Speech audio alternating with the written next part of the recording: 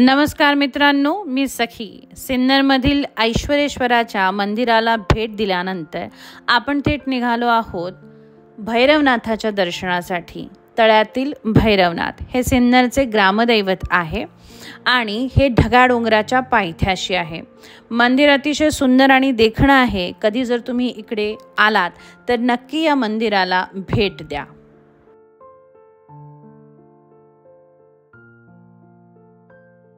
मित्रांनो, आता आपण पोहोचलो आहोत भैरवनाथाच्या मंदिरामध्ये. हे मंदिर जे आहेत हे मुख्य मंदिर आहे. या मंदिराच्या जीर्णोद्धाराचे काम जे आहेत ते सध्या अतिशय जोमाने चालू आहे. मंदिर अतिशय सुंदर आणि छान देखणं असं आहे. याच्या आजूबाजूला संपूर्ण वनराई जी आहे ती उभारण्यात आली आहे. तसं हे डोंगराच्या आतमध्ये असल्यामुळे निसर्गरम्य अशी जागा आहे. या मंदिरापासून तुम्ही ढगा डोंगर जो आहे तो सुद्धा पाहू शकता, कारण ढगा डोंगराच्या पायथ्याशीच आपल्याला भैरवनाथाचं हे मंदिर जे आहे ते पाहायला मिळतं.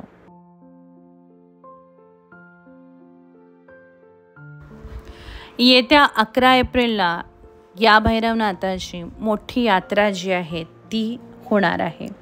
या यात्रेची पूर्ण तयारी जी आहे ती लहान थोरांपासनं सगळे भाविक करतात आणि नोकरीनिमित्त बाहेर गेलेले लोकसुद्धा या यात्रेनिमित्त गावी परततात.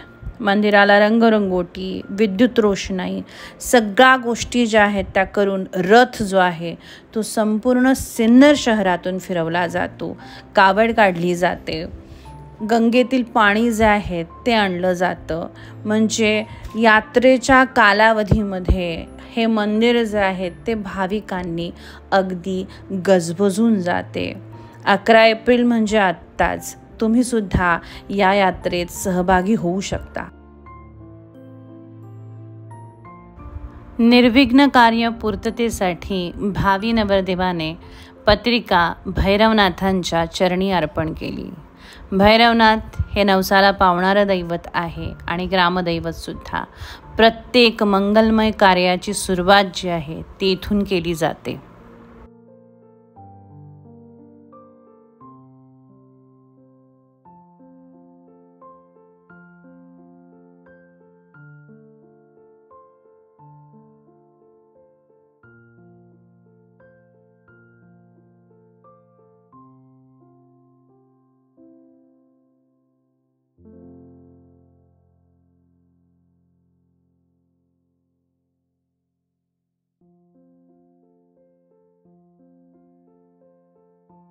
या मंदिराविषयी एक आख्यायिका जी आहे ती प्रचलित आहे.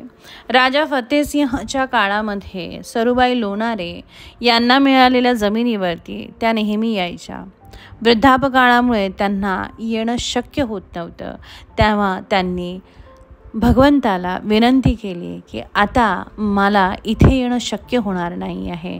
भगवंतांनी विनंतीला मान देऊन सांगितलं की तुम्ही जिथे म्हणाल तुमच्या घरी मी येतो, परंतु माझी एक अट असणार आहे की मी येत असताना तुम्ही मागे वळून बघायचं नाही.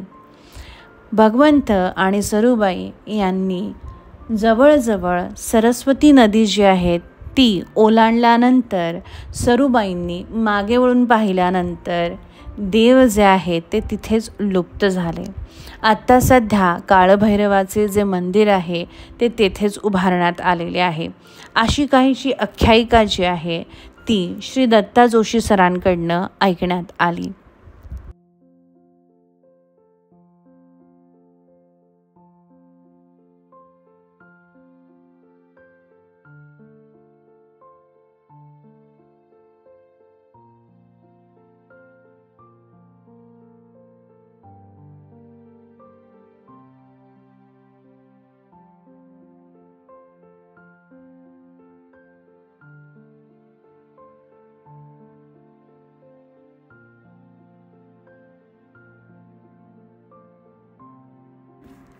शांत सुंदर वेळ घालवण्यासाठी निसर्गरम्य जागा, ठिकाण अगदी छान. या ठिकाणी हॉल जो आहे तो सुद्धा बांधण्यात आलेला आहे. काही कार्यक्रम जे आहेत ते जरी असतील, गेट टुगेदर असेल तर तुम्ही इथे येऊ शकतात. वातावरण आणि संपूर्ण जागा इतकी सुंदर आहे की वेळ कसा गेला ते आम्हालाही कळालंच नाही. आम्ही भरपूरसा वेळ या प्रांगणामध्ये घालवला. इथे बऱ्याचशा गोष्टी ज्या आहेत त्या बघायला मिळाल्या. पाण्याची व्यवस्था इथे होती. छान झाडं जी आहे, आता जरी ती छोटी वाटत असली तरी भरपूरशी झाडं लावली आहेत. म्हणजे ही झाडं संपूर्णतः मोठी झाल्यानंतर आणि पावसाळा आल्यानंतर या ठिकाणचं जे काही वैभव आहे, निसर्ग वैभव, ते पाहण्यासारखं असणार आहे. वेळ मिळाला तर नक्कीच या ठिकाणाला तुम्ही भेट द्यावी अशी मी तुम्हाला विनंती करते. कारण प्रचंड सुंदर छान डोंगराच्या कुशीतलं हे मंदिर दिसतानाच अगदी डोळ्याचे पारणे फिटत आहेत. चला तर मग कधी येताय या मंदिराकडे.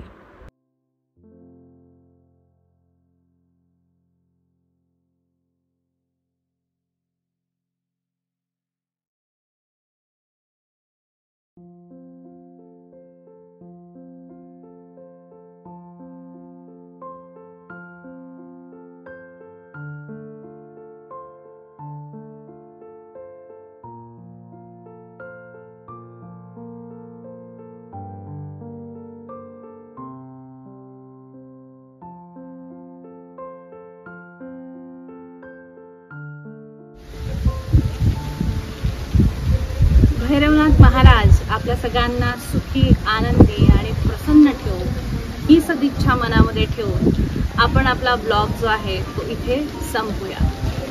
मित्रांनो, आम्ही बनवलेलं कंटेंट जे आहेत ते जर तुम्हाला आवडत असेल तर आम्हाला नक्की लाईक आणि सबस्क्राईब करा. चलो, पुन्हा अशाच एखाद्या नवीन मंदिरामध्ये पुन्हा एकदा भेटूया आणि आपली भटकंती जी आहे ती चालू ठेवूया. चलो, टाटा, बाय.